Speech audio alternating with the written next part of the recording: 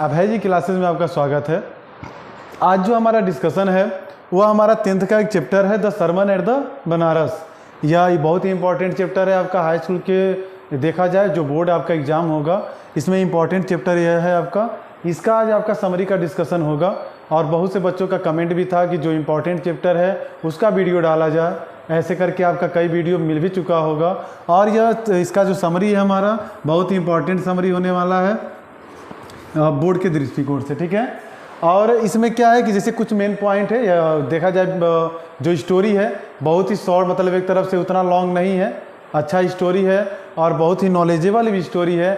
इस स्टोरी के बारे में देखा जाए तो पहले भी आप कई जैसे क्लास 8 में या फिर 9th वगैरह में रहे होंगे या 7th वगैरह में, तो गौतम बुद्ध के बारे में या सिद्धार्थ वगैरह के बारे में आप लोग पढ़े होंगे, क्लियर है। और इसमें क्या है कि जैसे कुछ मेन कैरेक्टर हैं, जैसे इसमें हमें पढ़ना क्या रहेगा, गौतम बुद्ध के बारे में पढ़ना रहेगा, गौतम बुद्धा के बारे में पढ़ना है। और एक इसमें क्या एक महिला है कीसा गौतमी, इसके बारे में पढ़ना रहेगा। यानी मेन हमारा जो पढ़ना है इन्हीं दोनों के बारे में पढ़ना, गौतम बुद्धा और कीसा गौतमी के बारे में पढ़ना है।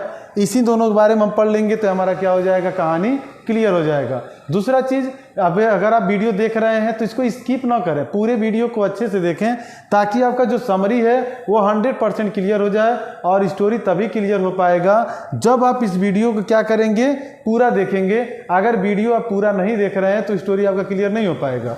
तो ध्यान से समझते हैं इस स्टोरी को। इसमें क्या गौतम बुद्धा की कहानी और फिर क्या है आपका कीसा गौतमी की कहानी है। इन दोनों का कहानी जानने से पहले थोड़ा सा बैक स्टोरी जानेंगे। बैक स्टोरी का मतलब क्या है, जो गौतम बुद्ध हैं, गौतम बुद्ध का नाम बचपन से गौतम बुद्ध नहीं था। थोड़ा सा इनका बैक स्टोरी हम ये देखेंगे। गौतम बुद्ध का शुरू में नाम क्या था, सिद्धार्थ नाम था, ठीक है, सिद्धार्थ नाम था। और यह सिद्धार्थ के नाम से जाने जाते थे बचपन में। और बचपन में इनके जो पिताजी थे सुद्धोधन थे, इनकी मम्मी थी, इनकी फिर उनका बाद शादी हुआ तो एक इनकी पत्नी थी। यह सब कहानी आपका इसमें नहीं दिया है लेकिन इनसे रिलेट करता है। और उसके बाद जब यह धीरे धीरे बड़े होते हैं और बड़े होने के बाद इनके पिताजी क्या होता है कि अपने जो उनका राज्य होता है उसी में सभी चीज़ों का व्यवस्था कर देते हैं, क्योंकि इनके पिताजी को कहीं ना कहीं डाउट रहता है कि लड़का अगर बाहर की चीज़ों को वह देखेगा, मतलब सिद्धार्थ अगर देखेंगे तो कहीं ना कहीं ऐसा होगा कि राज्य छोड़ के चले जाएंगे। कभी कभी क्या होता था कि सिद्धार्थ अपने राजमहल को देखना चाहते थे, लेकिन इनके जो पिताजी थे वह क्या करते थे, राजमहल देखने से, मतलब जो बाहर की दुनिया रहता था उसको देखने से मना करते थे। लेकिन एक बार की बात है, आप इसमें पढ़े होंगे पुराना इनका स्टोरी सिद्धार्थ का, कि जब एक बार क्या होता है कि अपने पिताजी से कहते हैं कि आप चलिए, हमको मतलब हमें क्या करना, आदेश दीजिए कि हम जाके गाँव को घूमें।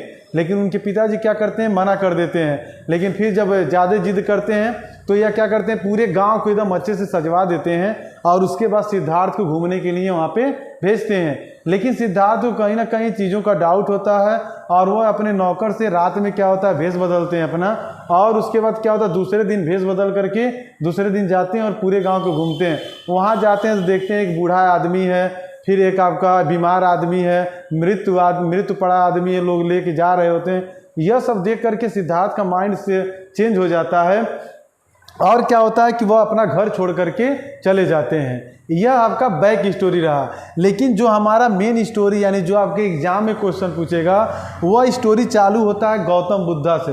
अभी तो हम लोग जाने गौतम बुद्ध के बारे में, गौतम बुद्ध बचपन में क्या नाम था, कैसे घर छोड़े, थोड़ा सा और इसके बारे में, कि वो 7 साल भटकते रहे। उसके बाद पीपल के वृक्ष के नीचे, गंगा नदी किनारे पीपल के वृक्ष के नीचे बैठ करके वह अपने ज्ञान की प्राप्ति के लिए बैठे रहते हैं और उसके बाद उनको ज्ञान की प्राप्ति होता है। यह सब बैक स्टोरी है। इसमें जो स्टोरी, मेन स्टोरी आपका यहाँ से चालू होता है कि गौतम बुद्ध को जब ज्ञान की प्राप्ति हो जाती है तो वह क्या करते हैं कि पीपल के वृक्ष के नीचे बैठ करके, बोधि वृक्ष भी उसको बोला गया है, पीपल के वृक्ष के नीचे बैठ करके लोगों को ज्ञान देते हैं, एक तरफ से उपदेश देते हैं। और लोग क्या करते हैं, इनके उपदेश को सुन करके अपने समस्याओं का समाधान पाते हैं। ऐसे जीवन चल रहा था, सब कुछ अच्छा था। उसी समय क्या होता है कि कीसा गौतमी नाम की महिला रहती है और कीसा गौतमी नाम की जो महिला रहती है, इसका जो पुत्र होता है वह क्या होता है कि मर जाता है। और जब पुत्र मर जाता है तो वह बेचारी जो कीसा गौतमी रहती है वह एकदम परेशान हो जाती है, सबके पास जाती है, सभी लोगों से मदद का रिक्वेस्ट करती है, भाई कि हम हमारा क्या करिए, थोड़ा सा हेल्प कर दीजिए, हमारे बच्चे को सही कर दीजिए। लेकिन सब लोग देखते हैं कि उसका पुत्र मर चुका है। लेकिन यह जो कीसा गौतमी रहती है वह इस बात को मानने से इनकार करती है कि उसका लड़का क्या हो चुका है, मर गया है। ऐसे करते करते बहुत डॉक्टर के पास अपने अगल बगल लोगों से कहते हैं, लेकिन कोई नहीं मानता है। तब एक आदमी उनको सलाह देता है कीसा गौतमी को कि आपको क्या करना चाहिए कि गौतम बुद्ध के पास जाना चाहिए, क्योंकि गौतम बुद्ध के पास आप जाएंगी तो कोई ना कोई उपाय आपको बता देंगे। यह महिला कीसा गौतमी आती है किसके पास, गौतम बुद्ध के पास। गौतम बुद्ध से पूरी समस्या बताती हैं। गौतम बुद्ध कहते हैं कि देखिए कोई दिक्कत नहीं है, आपका लड़का मतलब बीमार है, यह सही हो जाएगा या फिर इस पर विचार किया जाएगा। आपको करना क्या है, क्योंकि गौतम बुद्ध जानते थे अगर यह भी कह देंगे कि तुम्हारा पुत्र मर गया है तो यह महिला भी एक तरफ से लोगों का पर से विश्वास उठ जाएगा और यह महिला बहुत ज़्यादा दुखी होगी। वह महिला को चाहते थे कि वास्तविक रूप से समझाया जाए कि यह जो घटना हुआ है वह किस कारण हुआ है और कि बस इसी के साथ नहीं होता है, सबके साथ होता है। यह चीज़ें गौतम बुद्ध कीसा गौतमी को समझाना चाहते थे। इसीलिए गौतम बुद्ध ने कहा कि तुम अपने पुत्र को अगर सही देखना चाहती हो तो क्या करो, तुम हमें एक मुट्ठी सरसों का बीज ला करके दे दो, तुम्हारा बच्चा क्या हो जाएगा, मतलब एक तरफ से उसका इलाज हो जाएगा। कीसा गौतमी कहती है बस एक मुट्ठी सरसों अगर हमारे देने से हमारा पुत्र सही हो जाएगा तो हम आपको एक मुट्ठी सरसों दे देंगे। लेकिन गौतम बुद्ध एक कंडीशन रखते हैं कि आपको एक मुट्ठी सरसों वहीं से लाना है जिसके घर में कोई बीमार न पड़ा हो, कोई मरा न हो, ऐसे घर से आपको एक मुट्ठी सरसों लेके आ जाना है। महिला यह नहीं जानती है कि मिलेगा कि नहीं मिलेगा, वह कहती कि हम अभी ले जाते हैं और तुरंत मांग के ले जाते हैं। महिला एक एक घर जाती है, सबके घर, बहुत लोग के घर जाती है और सबके घर एक मुट्ठी सरसों मांगती है। सभी लोग देने के लिए तैयार हो जाते हैं। लेकिन जब यह महिला कहती है क्या आपके घर कोई बीमार नहीं है, क्या आपका पति या कोई और मरा नहीं है, ऐसा कोई घर नहीं होता है जिसके घर कोई मरा ना हो, सब लोग कहते हैं कोई ना कोई मरा है। इसके वजह से वह किसी के घर से सरसों नहीं ले पाती है और यह करते करते सुबह से शाम हो जाता है, अंधेरा होने लगता है। और उसके बाद क्या होता है कि एक लाइट जल रहा होता है, लाइट के नीचे कीसा गौतमी बैठ जाती है और उसके बाद वह देखती है कि एक लाइट जलते रहता है और लाइट एक बार जलता है फिर बुझ जाता है, एक बार जलता है फिर बुझता है। यह महिला देख करके समझ जाती है कि जैसे एक लाइट जल रहा है और फिर बुझ रहा है, उसी तरीके से मनुष्य का जीवन होता है। आदमी कुछ समय के लिए पृथ्वी पे आता है, जिंदा रहता है, फिर क्या हो जाता है, मर जाता है। यानी यह जो घटना हुआ है और उसको यह भी एहसास हो जाता है कि जब जितने घर यह सरसों मांगने गई उतने घर में सबके घर कोई ना कोई मरा है। अगर इसका पुत्र मरा है तो बस यह नहीं है किसी के घर मरा है, इसको नॉलेज हो जाता है कि यह समस्याएं सबके साथ हैं। उसके बाद वह गौतम बुद्ध के पास जाती है, गौतम बुद्ध से बात करती है और गौतम बुद्ध को चीज़ें बताती है और गौतम बुद्ध भी इसको समझाते हैं कि देखो यह जो पुत्र मरा है यह बस तुम्हारा नहीं मरा है, यह प्रकृति का रूल है कि जो आदमी जन्म लिया है उसका मृत्यु सुनिश्चित है। और गौतम बुद्ध समझाते हैं कि जब कोई आदमी मरता है तो उसके घर वाले, उसके परिवार वाले, उसके सगे संबंधी उस पर विलाप करते हैं, रोते हैं, अपने शरीर को मतलब डिस्टर्ब करते हैं, रोने की वजह से बीमार पड़ते हैं। ऐसा उन्हें नहीं करना चाहिए, बल्कि उन्हें वास्तविकता का ज्ञान होना चाहिए कि अगर आदमी का जन्म हुआ है तो उसका मृत्यु सुनिश्चित है। दूसरा चीज़ गौतम बुद्ध यह भी कहते हैं कि जो पढ़े लिखे रहे हैं या जो नॉलेजेबल हैं वह इस चीज़ को जानते हैं कि हमें किसी के मरने पे या किसी और चीज़ों पे हमें विलाप नहीं करना चाहिए। उम्मीद है कि आपको स्टोरी क्लियर हुआ रहेगा।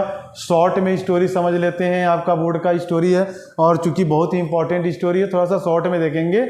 है क्या कि इसमें गौतम बुद्ध को जब ज्ञान की प्राप्ति हो जाती है तो वह क्या करते हैं, उपदेश देने लगते हैं और उपदेश जब देते हैं तो लोग उनके उपदेशों को सुनते हैं, अपने जीवन की समस्याओं को सुलझाते हैं। कीसा गौतमी नाम की महिला रहती है, उसका पुत्र मर जाता है, गौतम बुद्ध के पास आती है, कई लोगों से मदद लेती है लेकिन लास्ट में गौतम बुद्ध के पास आती है। गौतम बुद्ध कहते हैं तुम एक मुट्ठी सरसों ला दो, तुम्हारे बच्चे को मतलब एक तरफ से सही हो सकता है। वह पूरे घर जा, लेकिन कंडीशन रखते हैं कि सरसों उसी के घर से लाना है जिसके घर में कोई मरा ना हो, बीमार ना पड़ा हो। कीसा गौतमी सबके घर जाती है, सबके घर मांगती है, लेकिन जब यह कंडीशन रखती है कोई मरा नहीं है, ऐसा कोई घर नहीं होता है जिससे कोई घर मरा ना हो और कोई सरसों नहीं देता है। अंततः शाम को एक लाइट के नीचे बैठती है और लाइट के नीचे बैठती देखती लाइट जलता है और बुझ जाता है। उसे ज्ञान हो जाता है कि आदमी का जन्म हुआ है तो मृत्यु सुनिश्चित है। गौतम बुद्ध के पास आती है। गौतम बुद्ध उसको समझाते हैं और उसको ये भी समझाते हैं कि अगर कोई आदमी मर जाता है तो हमें उससे विलाप नहीं करना चाहिए, क्योंकि विलाप करने से वो आदमी वापस नहीं आएगा, बल्कि विलाप करेंगे तो अपने शरीर को ही नुकसान करेंगे। धन्यवाद।